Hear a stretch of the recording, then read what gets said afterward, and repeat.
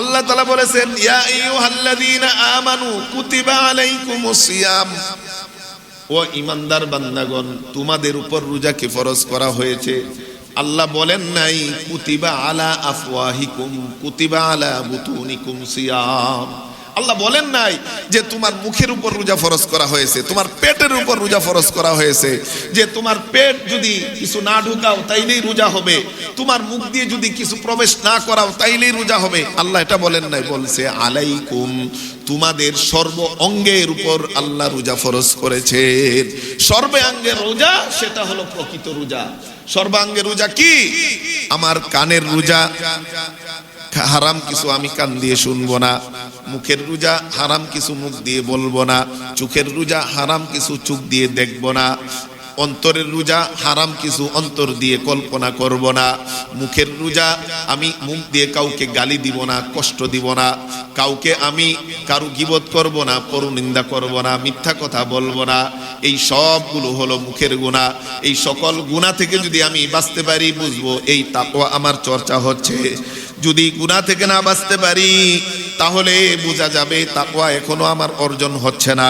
এজন্যই তো জাবের রাদিয়াল্লাহু তাআলা আনহু বলেন ইদা সুমতা ফালইয়াসুম সামউকা ওয়া বাসারুকা ওয়া লিসানুকা, যদি তুমি রোজা রাখো, রোজার সাথে যেন তোমার চক্ষু রোজা রাখে, এই তোমার রোজার সাথে যেন তোমার কানও রোজা রাখে, তোমার রোজার সাথে যেন তোমার জিহ্বাও রোজা রাখে।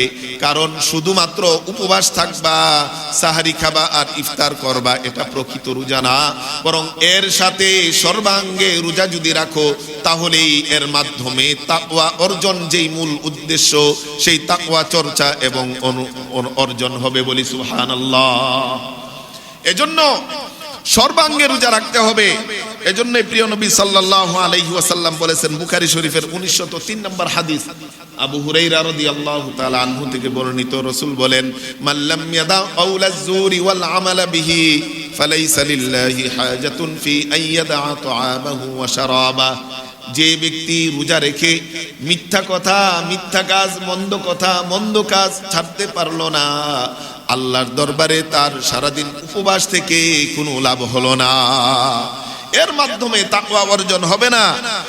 রাসূল কারীম অপর হাদিসে বলেন, ইবনে মাজাহ শরীফের 1380 নম্বর হাদিস, রাসূল বলেন রুব্বা সাইমিন লাইসা লাহু মিন সিয়ামিহি ইল্লাল জু ওয়া রুব্বা কাইমিন লাইসা লাহু মিন কিয়ামিহি ইল্লাস সাহার, এমন অনেক উপবাসকারী আছে সারা দিন রমজানের দিনে উপবাস করে, তবে উপবাস ছাড়া তার আর কিছুই অর্জন হয় না।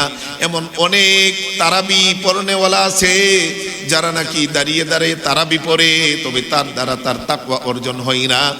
এর মানে হলো সে হারাম ছাড়তে পারে না। হারাম যদি না ছাড়তে পারি, হারাম না ছাড়লে এর মাধ্যমে, রোজার মাধ্যমেও আমি তাকওয়া অর্জন করতে পারবো না, তারাবির মাধ্যমেও তাকওয়া অর্জন করতে পারবো না।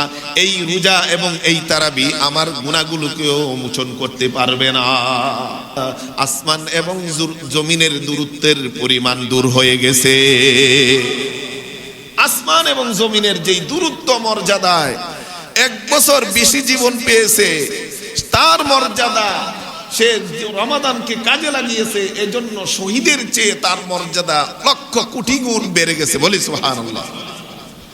এজন্য রমাদান একটা পাওয়া সৌভাগ্যের বিষয়, নসিবের বিষয়। আমরা যারা পেয়েছি, এখন সুযোগ কাজে লাগানোর, এই মহা সুযোগ, সোনালী সুযোগ হাতের মুঠোয় পেয়েও যদি কাজে না লাগাতে পারি, তাহলে আমার মতো হতভাগা, আমার মতো দুর্ভাগা কেউ হতে পারে না। তো এই রমাদানকে কিভাবে কাজে লাগাবো, আল্লাহ তাআলা কোরআনে বলে দিয়েছেন। সূরাতুল বাকারার 183 নম্বর আয়াতে আল্লাহ তাআলা বলেছেন, ইয়া আইয়ুহাল্লাযীনা আমানু কুতিবা আলাইকুমুস সিয়ামু কামা কুতিবা আলাল্লাযীনা মিন ক্বাবলিকুম লাআল্লাকুম তাত্তাকুন। ও আমার ঈমানদার বান্দারা, যারা নাকি ঈমান এনেছো আমার প্রতি, যারা নাকি ঈমান এনেছো আমার রাসূলের প্রতি, যারা নাকি ঈমান এনেছো আমার কিতাবের প্রতি, আল্লাহ তাআলা ঈমানদারদেরকে ডেকে আদর করে মায়া করে স্নেহ করে বলেন, ও আমার ঈমানদার বান্দাগণ। এই ঈমানদার বান্দাগণ বলে আল্লাহ তাআলা আল কোরআনে মুমিনদেরকে 89 বার 89 বার ডেকেছেন, বলি সুবহানাল্লাহ।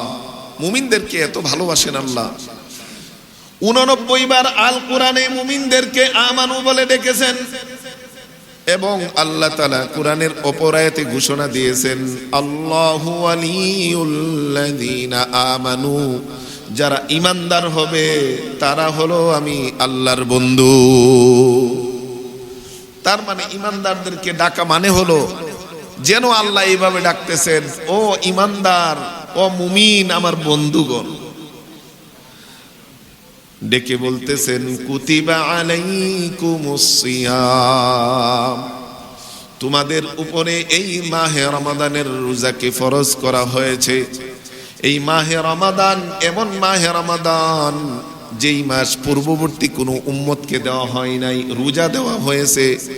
রোজা সকল জাতির উপর ফরজ ছিল, কিন্তু মাহে রমাদানের মর্যাদা আর তাৎপর্য এত বেশি, এই শ্রেষ্ঠ মাস শ্রেষ্ঠ উম্মতের জন্য আল্লাহ তাআলা রিজার্ভ রেখেছিলেন, বলি সুবহানাল্লাহ। এই মাহে রমাদানের মতো সাইয়্যিদুশ শুহুর শ্রেষ্ঠ মাস অন্য কোন জাতিকে দেওয়া হয়নি। আমাদের জন্য আল্লাহ এর ফজিলত মর্যাদা, এর রহমত বরকত সব আল্লাহ রিজার্ভ রেখেছিলেন, বলি সুবহানাল্লাহ। আল্লাহ তাআলা বলেন, এই মাহে রমাদানের রোজা তোমাদের উপর ফরজ করা হয়েছে, কামা কুতিবা আলাল্লাযীনা মিন ক্বাবলিকুম লাআল্লাকুম তাত্তাকুন। যেমনি ভাবে এই রোজা, এক মাস রোজা তোমাদের উপর ফরজ করা হয়েছে, এটা কি কষ্টসাধ্য ইবাদত?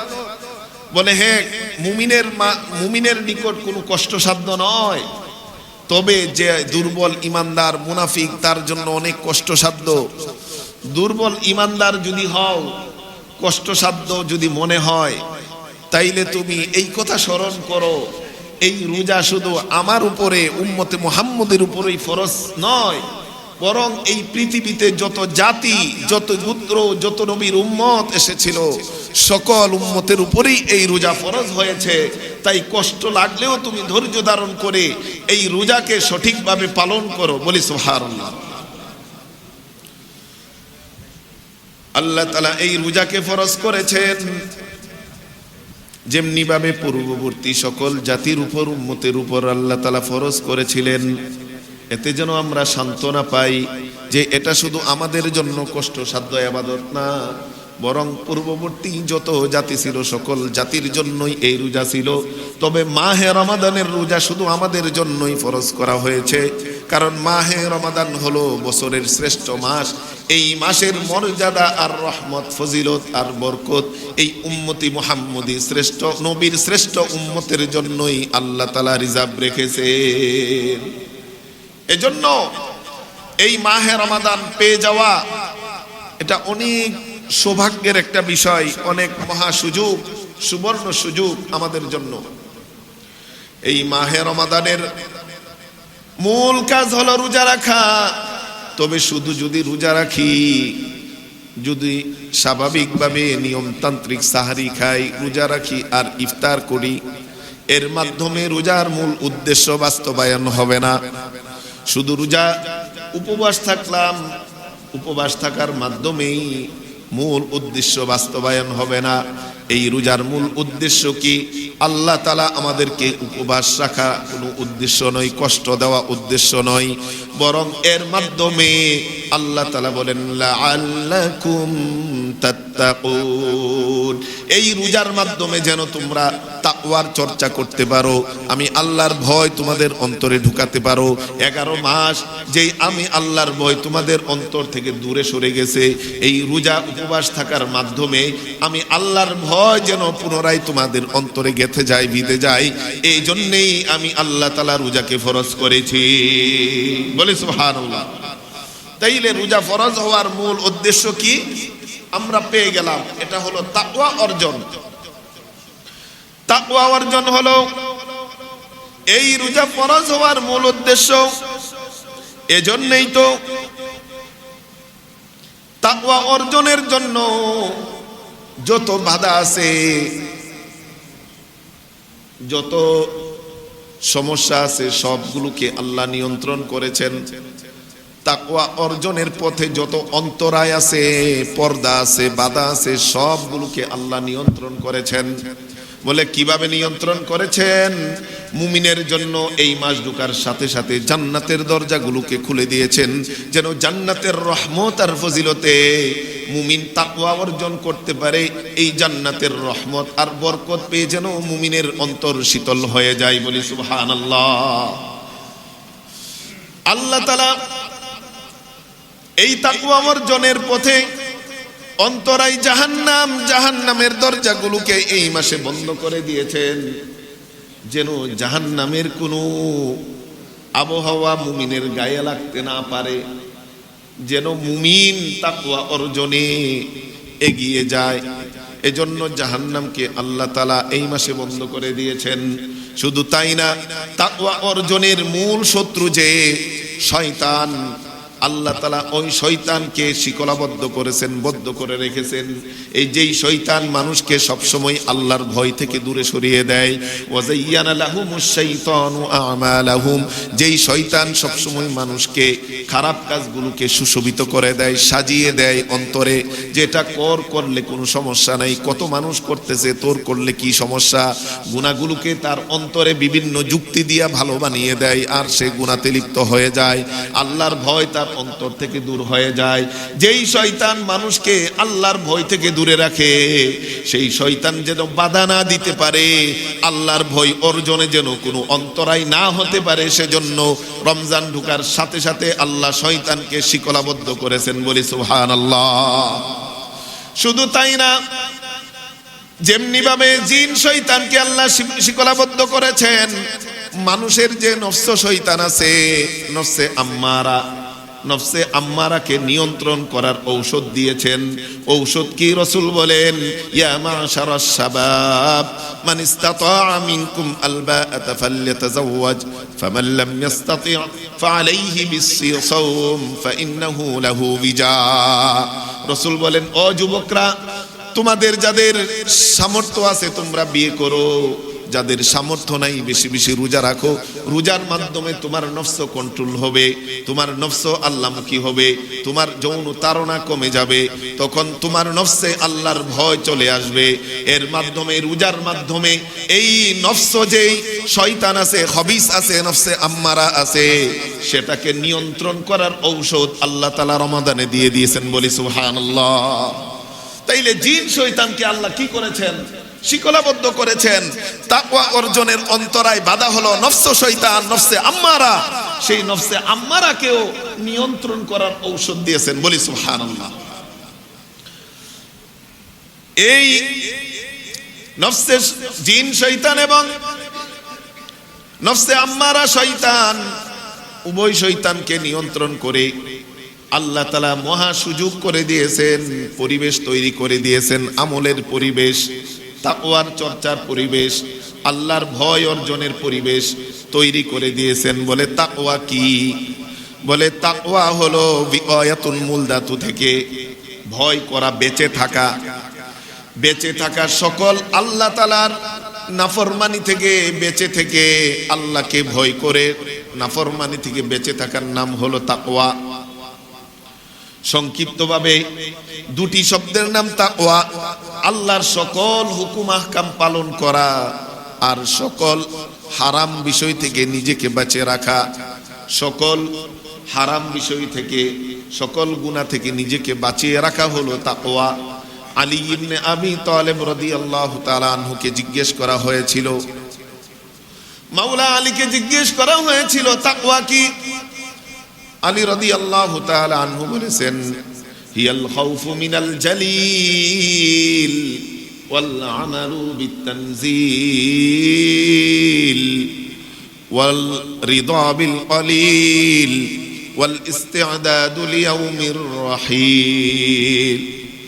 ও দুনিয়ার মানুষেরা, তাকওয়ার সংজ্ঞা আমি আলী দিলাম চারটা শব্দে। এক নম্বর, সেই মহান আল্লাহর ভয় অন্তরে প্রবেশ করানো, সেটা হলো তাকওয়া। আল্লাহ তাআলা যা নাজিল করেছেন, কিতাবে যা বলা হয়েছে, কোরআনে যা বলা হয়েছে, যত নির্দেশনা সব কিছু মেনে চলা হলো তাকওয়া। 3 নম্বর, অল্প তুষ্টে থাকা হলো তাকওয়া। অল্প তুষ্টি অর্জন করা হলো তাকওয়া। যা আল্লাহ দিয়েছেন আমাকে, এটাই অনেকের চেয়ে ভালো রেখেছেন। দুর্বলদের দিকে তাকানো, সবলদের উপরে না তাকানো, নিচে তাকানো, উপরে না তাকানো, নিচে যারা আছে তাদের দিকে তাকিয়ে অল্প তুষ্ট থাকা, সন্তুষ্ট থাকা এবং চেষ্টা করা, এটা হলো তাকওয়া। ওয়াল ইস্তিআদাদু লিয়াউমির রাহিল, মৃত্যুর পরবর্তী জিন্দেগিতে আমি আল্লাহর সামনে কি নিয়ে দাঁড়াবো, কি আমল নিয়ে দাঁড়াবো। আজকে যদি মৃত্যু হয়, কবরে আমি কি নিয়ে ফেরেশতার সামনে দাঁড়াবো, এই প্রস্তুতি নেওয়ার নাম হলো তাকওয়া। তাই এই তাকওয়া অর্জনের মাসে আমাদের তাকওয়া অর্জন করতে রাজি আছি তো আমরা সবাই ইনশাআল্লাহ? এই তাকওয়া চর্চা জন্য আল্লাহ তাআলা আমাদেরকে ক্ষমা করার অনেক উপলক্ষ আল্লাহ তাআলা তৈরি করে দিয়েছেন এই মাসে, যেন আমি তাকওয়া অর্জন করতে পারি। তাকওয়া অর্জনের মূল থিম হলো আল্লাহর পক্ষ থেকে আগে ক্ষমা নিয়ে নেওয়া, পিছনের জিন্দেগির গুনাহগুলো মাফ নেওয়া। আমি সকল গুনাহ থেকে বেঁচে থাকা, পিছনের সকল গুনাহ থেকে আল্লাহর কাছে ক্ষমা চাওয়া। পিছনের গুনাহ থেকে যদি আমার আমলকে মুক্ত করতে পারি, তাইলে আমার অন্তরটা ধবধবে সাদা হয়ে যাবে। আর যদি অন্তর সাদা হয়ে যায়, যেই আমলেই রমাদানে করি না কেন, সব আমলেই আমি মজা পাবো, স্বাদ পাবো, ইমানের স্বাদ পাবো। তখন আল্লাহর রহমত, ফজিলত আর বরকত পরিপূর্ণভাবে আমার অন্তর গ্রহণ করতে পারবে। আল্লাহর নূর আমার অন্তরকে আলোকিত করে দিবে, বলি সুবহানাল্লাহ। এজন্যে এই রমাদানে যেন আমি ক্ষমা পেয়ে যাই, আল্লাহ তাআলা অনেকগুলো উপলক্ষ তৈরি করে দিয়েছেন, কারণ তৈরি করেছেন। বান্দা একটা দিয়ে না পারলে অপরটি দিয়ে যেন সে আল্লাহর দরবার থেকে ক্ষমা নিয়ে নেই, বলি সুবহানাল্লাহ। সংক্ষিপ্তভাবে বলছি, রাসূল বলেন, যে ব্যক্তি রোজা রাখলো ঈমান এবং সওয়াবের আশায়, তার পিছনের জিন্দেগির গুনাহ আল্লাহ ক্ষমা করে দিবেন। রোজা হলো পিছনের জিন্দেগি গুনাহ ক্ষমা করার একটি উপলক্ষ, এই সুযোগ আল্লাহ তৈরি করেছেন। 2 নম্বর, রাসূল বলেন, যে ব্যক্তি রমজানের রাত্রিতে দাঁড়িয়ে দাঁড়িয়ে তারাবিগুলো আদায় করবে, আল্লাহ তাআলা তার পিছনের জিন্দেগির গুনাহগুলো মাফ করে দিবে। 2 নম্বর উপলক্ষ। 3 নম্বর উপলক্ষ, রাসূল বলেন, যে ব্যক্তি লাইলাতুল কদরে দাঁড়িয়ে দাঁড়িয়ে নামাজ পড়বে, আল্লাহ তাআলা তার পিছনের জিন্দেগির গুনাহগুলো মাফ করে দিবে। এই রমাদানে লাইলাতুল কদর আছে না নেই? এই লাইলাতুল কদরের এক রাত্রির ইবাদত 1000 মাসের চেয়ে উত্তম। এই রাত্রি ইবাদত করলে 1000 মাসের ইবাদতের চেয়ে বেশি সওয়াব পাবো। যেমনি ভাবে পিছনের জিন্দেগির গুনাহগুলো আল্লাহ তেমনি ভাবে মোচন করে দিবে। 3 নম্বর উপলক্ষ। 4 নম্বর উপলক্ষ, আল্লাহ তাআলা কোরআন পড়া এবং শোনার সুযোগ তৈরি করে দিয়েছেন। খতমে তারাবির মাধ্যমে শোনার সুযোগ করে দিয়েছেন এবং দিনের বেলা কোরআন যেন আমি বেশি তেলাওয়াত করি, এতে উৎসাহিত দিয়েছেন। রাসূল বলেন, আস-সিয়াম ওয়াল কুরআন ইয়াশফাআনি লিল আবদ। সিয়াম এবং কুরআন বান্দার জন্য সুপারিশ করবে। অর্থাৎ রমাদানের রাত্রিতে দাঁড়িয়ে দাঁড়িয়ে যে কোরআন শুনবে, ওই কোরআন তাকে সুপারিশ করে আল্লাহর কাছ থেকে ক্ষমার গ্যারান্টি নিয়ে নিবে, বলে সুবহানাল্লাহ। তাইলে 4 নম্বর উপলক্ষ কোরআন শোনা, এটা শুনলেও কি কোরআন পড়া।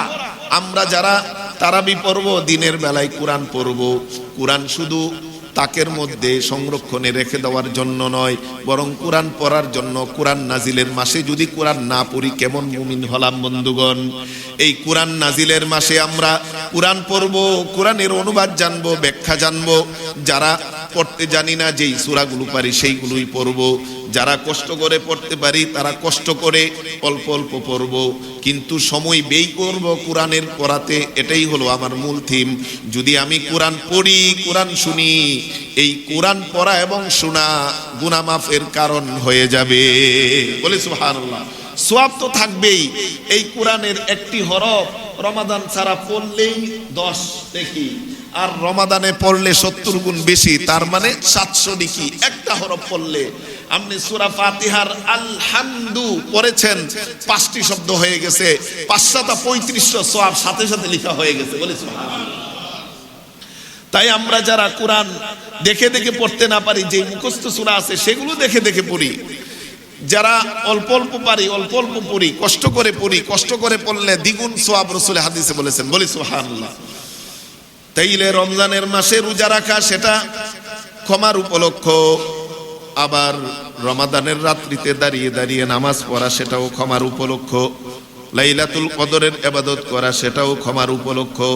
5 নম্বর, কাউকে যদি ইফতার করান, রাসূল বলেন ইফতার যদি করানো হয়, এই কাউকে ইফতার করানোর বদৌলতে কানা মাগফিরাতান লিযুনুবিহি ওয়া ইতকি রাকাবাতিহি মিনান নার, ইফতার করানোর বদৌলতে আল্লাহ তাকে ওই রোজাদারের সওয়াব তো দিবেনই, পাশাপাশি যেই ব্যক্তি ইফতার করালো ওনার পিছনের জিন্দেগির গুনাহগুলো আল্লাহ মাফ করে দিবে। তাইলে ইফতার করানো গুনাহ মাফের জন্য একটি উপলক্ষ, একটি কারণ, যেই পরিবেশ আল্লাহ তৈরি করে দিয়েছেন। 6 নম্বর, ইফতারের সময় ইস্তেগফার করা, দোয়া করা। রাসূল বলেন সালাসাতুন লা তুরাদ্দু দাওয়াতুহুম আস-সাইমু হাত্তা ইফতির, রোজাদার রোজা মুখে যদি কোনো দোয়া করে আল্লাহ সেই দোয়া ফেরত দেন না। তাই রোজা অবস্থায় যদি আল্লাহর কাছে আমি ক্ষমা চাই, আল্লাহ আমাকে ক্ষমা করে দিবেন। রোজা মুখে ইস্তেগফারের উপলক্ষ তৈরি করে আল্লাহ আমাকে ক্ষমা করতে চান। বলি সুবহানাল্লাহ। 7 নম্বর, ফেরেশতাদেরকে আমাদের জন্য ইস্তেগফারের জন্য নিয়োজিত করে দিয়েছেন। আল্লাহ তাআলা ফেরেশতাদেরকে বলেছেন আমার রোজাদার বান্দার জন্য তোরা ইস্তেগফারের দোয়া কর। রাসূল মুসনাদে আহমদ শরীফের হাদিসে বলেন তাস্তাগফিরু লাহুমুল মালাইকাতু হাত্তা ইফতিরু, রোজাদার যতক্ষণ রোজা রাখে ততক্ষণ আল্লাহর নূরের তৈরি নিষ্পাপ ফেরেশতারা রোজাদারের গুনাহ মাফের জন্য আল্লাহর কাছে ক্ষমা চাইতে থাকে। তাই আল্লাহর ফেরেশতার তৈরি, নূরের তৈরি ফেরেশতার দোয়া যদি পেতে চায়, রোজার যেই করণীয় বর্জনীয় সেটা মেনে রোজা রাখলেই ফেরেশতার ইস্তেগফার আল্লাহ কবুল করে আমাকে ক্ষমা করে দিবেন। বলি সুবহানাল্লাহ। শুধু তাই না, সমুদ্রের গভীরে যেই মাছ আছে, যেই প্রাণী আছে যেগুলোকে কোনোদিন দেখি নাই, তাদেরকেও আল্লাহ নিয়োজিত করে দিয়েছেন রোজাদারদের জন্য তোরা ক্ষমা চাই, তাদের দোয়া কবুল করে আল্লাহ আমাদেরকে ক্ষমা করতে চান। বলি সুবহানাল্লাহ। 9 নম্বর, তাখফিফ আনিল মামলুক, আপনার অধীনস্থ কর্মকর্তা কর্মচারী যারা আছে তাদের থেকে কাজ কমিয়ে দিবেন, অফিস আওয়ার কমিয়ে দিবেন, কাজের প্রেসার কমিয়ে দিবেন। এর মাধ্যমে কিন্তু তাকওয়া অর্জন হলো কি হলো না এটা বুঝবো কিভাবে? এই বুঝার কমপক্ষে 2টা বড় বড় নিদর্শন আছে। ওই 2টা নিদর্শন আমরা ভালোভাবে খেয়াল করব। 1 নম্বর নিদর্শন হলো আল্লাহর যত হারাম আছে, গুনাহ আছে, সব গুনাহ আমার ছাড়তে হবে। গুনাহ যদি সব ছাড়তে পারি, বুঝতে হবে আমার তাকওয়া চর্চা এই মাসে হচ্ছে, তাকওয়া অর্জন হচ্ছে। আর যদি গুনাহ না ছাড়তে পারি, বোঝা যাবে এই রোজা দিয়ে আমার তাকওয়া অর্জন হচ্ছে না। এজন্য তাকওয়া অর্জনের জন্য 1 নম্বর সেই নির্দেশনা হলো সকল গুনাহ আমার ছাড়তে হবে, সকল গুনাহ ছাড়তে হবে। ছোট হোক বড় হোক, অঙ্গ প্রত্যঙ্গের গুনাহ হোক, আমার অন্তরের গুনাহ হোক, গোপনে গুনাহ হোক, প্রকাশ্যে গুনাহ হোক, সকল গুনাহ যদি ছাড়তে পারি, বুঝবো এই তাকওয়া আমার অর্জিত হচ্ছে এই রোজার মাধ্যমে। কারণ আল্লাহ তাআলা যখন রোজা ফরজ করেছেন, আল্লাহ তাআলা বলেছেন ইয়া আইয়ুহাল্লাযীনা আমানু কুতিবা আলাইকুমুস সিয়াম, ও ঈমানদার বান্দাগণ তোমাদের উপর রোজাকে ফরজ করা হয়েছে। আল্লাহ বলেন নাই কুতিবা আলা আফওয়াহিকুম কুতিবা আলা বুতুনিকুম সিয়াম। আল্লাহ বলেন নাই যে তোমার মুখের উপর রোজা ফরজ করা হয়েছে, তোমার পেটের উপর রোজা ফরজ করা হয়েছে, যে তোমার পেট যদি কিছু না ঢুকাও তাইলেই রোজা হবে, তোমার মুখ দিয়ে যদি কিছু প্রবেশ না করাও তাইলেই রোজা হবে। আল্লাহ এটা বলেন নাই, বলছে আলাইকুম, তোমাদের সর্ব অঙ্গের উপর আল্লাহ রোজা ফরজ করেছেন। সর্বাঙ্গের রোজা সেটা হলো প্রকৃত রোজা। সর্বাঙ্গের রোজা কি? আমার কানের রোজা, হারাম কিছু আমি কান দিয়ে শুনবো না। মুখের রোজা, হারাম কিছু মুখ দিয়ে বলবো না। চোখের রোজা, হারাম কিছু চোখ দিয়ে দেখবো না। অন্তরের রোজা, হারাম কিছু অন্তর দিয়ে কল্পনা করব না। মুখের রোজা, আমি মুখ দিয়ে কাউকে গালি দিব না, কষ্ট দিব না, কাউকে আমি কারু গীবত করব না, পরনিন্দা করব না, মিথ্যা কথা বলবো না। এই সবগুলো হলো মুখের গুনাহ। এই সকল গুনাহ থেকে যদি আমি বাঁচতে পারি, বুঝবো এই তাকওয়া আমার চর্চা হচ্ছে। যদি গুনাহ থেকে না বাঁচতে পারি, তাহলে বোঝা যাবে তাকওয়া এখনো আমার অর্জন হচ্ছে না। এজন্যই তো জাবের রাদিয়াল্লাহু তাআলা আনহু বলেন, ইদা সুমতা ফালইয়াসুম সামউকা ওয়া বাসারুকা ওয়া লিসানুকা। যদি তুমি রোজা রাখো, রোজার সাথে যেন তোমার চক্ষু রোজা রাখে, এই তোমার রোজার সাথে যেন তোমার কানও রোজা রাখে, তোমার রোজার সাথে যেন তোমার জিহ্বাও রোজা রাখে। কারণ শুধুমাত্র উপবাস থাকবা, সাহারি খাবা আর ইফতার করবা, এটা প্রকৃত রোজা না। বরং এর সাথে সর্বাঙ্গে রোজা যদি রাখো, তাহলেই এর মাধ্যমে তাকওয়া অর্জন, যেই মূল উদ্দেশ্য, সেই তাকওয়া চর্চা এবং অর্জন হবে। বলি সুবহানাল্লাহ। এজন্য সর্বাঙ্গে রোজা রাখতে হবে। এজন্য প্রিয় নবী সাল্লাল্লাহু আলাইহি ওয়াসাল্লাম বলেছেন, বুখারী শরীফের 1903 নম্বর হাদিস, আবু হুরায়রা রাদিয়াল্লাহু তাআলা আনহু থেকে বর্ণিত, রাসূল বলেন, মাল্লাম ইয়াদা আউলাজ জুরি ওয়াল আমালা বিহি ফালাইসা লিল্লাহি হাজাতুন ফি আইয়াদা তাআমাহু ওয়া শারাবাহু। যে ব্যক্তি রোজা রেখে মিথ্যা কথা, মিথ্যা কাজ, মন্দ কাজ ছাড়তে পারলো না, আল্লাহর দরবারে তার সারাদিন উপবাস থেকে কোনো লাভ হলো না। এর মাধ্যমে তাকওয়া অর্জন হবে না। রাসূল কারীম অপর হাদিসে বলেন, ইবনে মাজাহ শরীফের 1380 নম্বর হাদিস, রাসূল বলেন, রুব্বা সাইমিন লাইসা লাহু মিন সিয়ামিহি ইল্লাল জু ওয়া রুব্বা কাইমিন লাইসা লাহু মিন কিয়ামিহি ইল্লাস সাহার। এমন অনেক উপবাসকারী আছে, সারা দিন রমজানের দিনে উপবাস করে, তবে উপবাস ছাড়া তার আর কিছুই অর্জন হয় না। এমন অনেক তারাবি পড়নেওয়ালা আছে, যারা নাকি দাঁড়িয়ে দাঁড়িয়ে তারাবি পড়ে, তবে তার দ্বারা তার তাকওয়া অর্জন হয় না। এর মানে হলো সে হারাম ছাড়তে পারে না।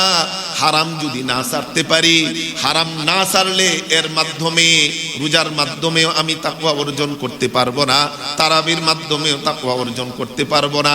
এই রোজা এবং এই তারাবি আমার গুনাহগুলোকেও মোচন করতে পারবে না। এজন্য আমার রোজা রাখতে হবে, সর্বাঙ্গীন রোজা। এজন্যই তো রাসূল কারীম সাল্লাল্লাহু আলাইহি ওয়াসাল্লাম অপর হাদিসে বলেন, বুখারী শরীফের 1904 নম্বর হাদিস, আসিয়ামু জুন্নাতুন।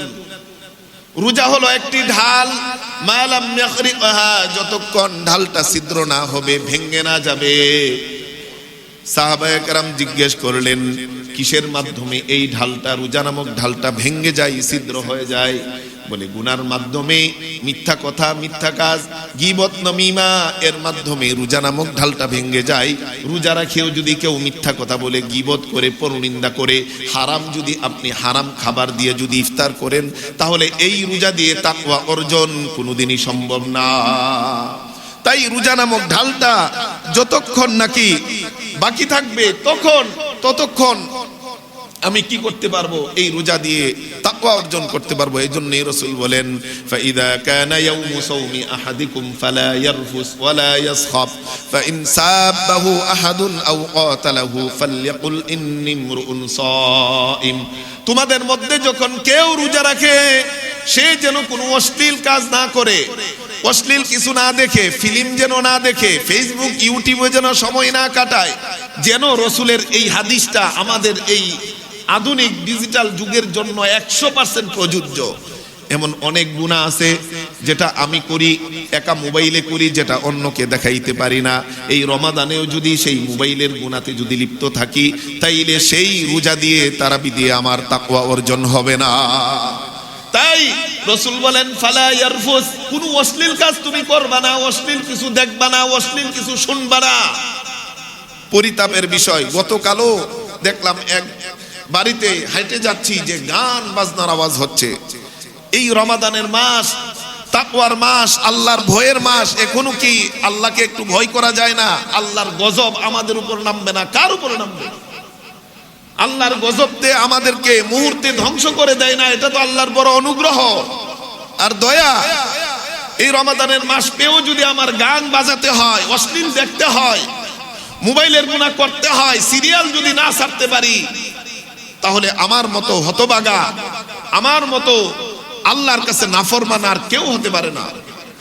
তাই বন্ধুগণ, যুবকদেরকে বিশেষ করে বলবো, আমি রোজা রাখবো ঠিক, কিন্তু রোজা রাখার পাশাপাশি সর্বাঙ্গীন রোজা রাখবো, সকল অঙ্গ প্রত্যঙ্গের রোজা রাখবো।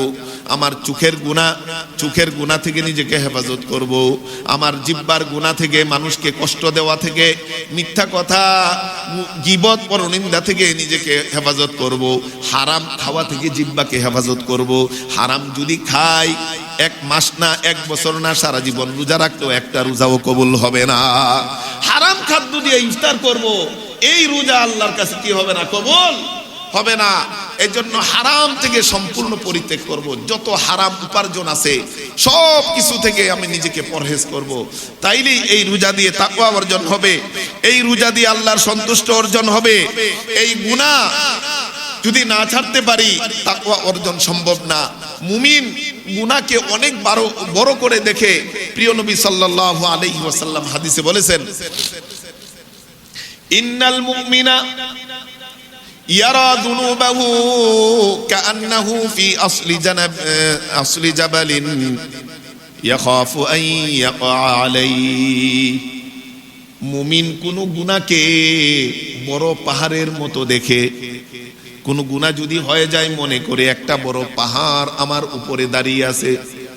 মুমিন সেই পাহাড়ের নিচে এসে সবসময় ভয় করে, এই গুনাহ যে করতেছি, গুনাহ যে করেছি, না জানি ওই পাহাড়টা আমার উপর এখনই ভেঙে পড়ে আমাকে চিরদিনের জন্য মাটির সাথে মিশিয়ে দেয়।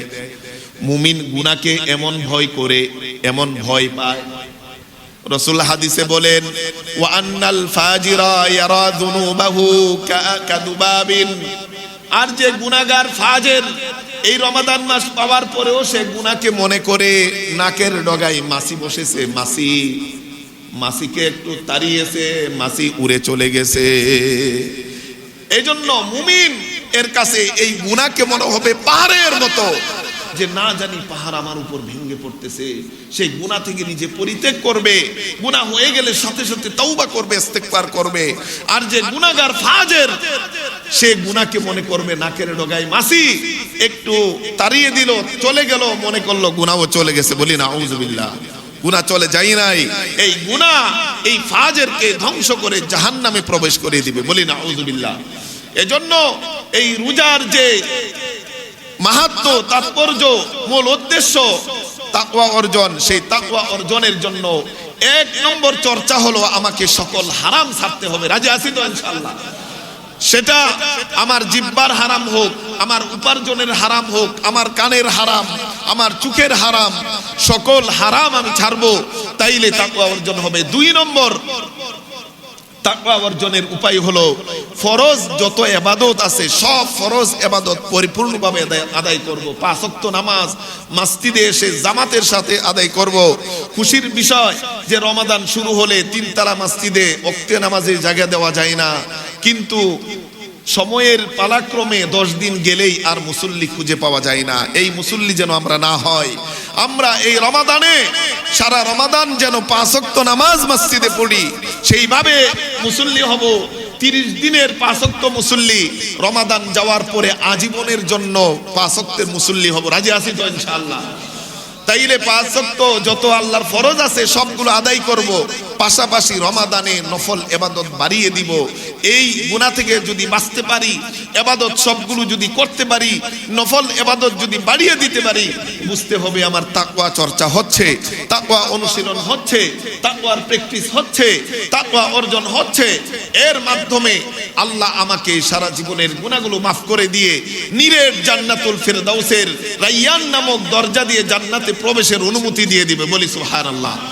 এবং এই রোজার মাধ্যমে আল্লাহ তাআলা নিজ হাতে আমাকে প্রতিদান দিবে। রাসূল বলেন, আল্লাহ তাআলা হাদিসে কুদসিতে বলেন, আসসিয়ামু লি ওয়া আনা আজজি বিহি।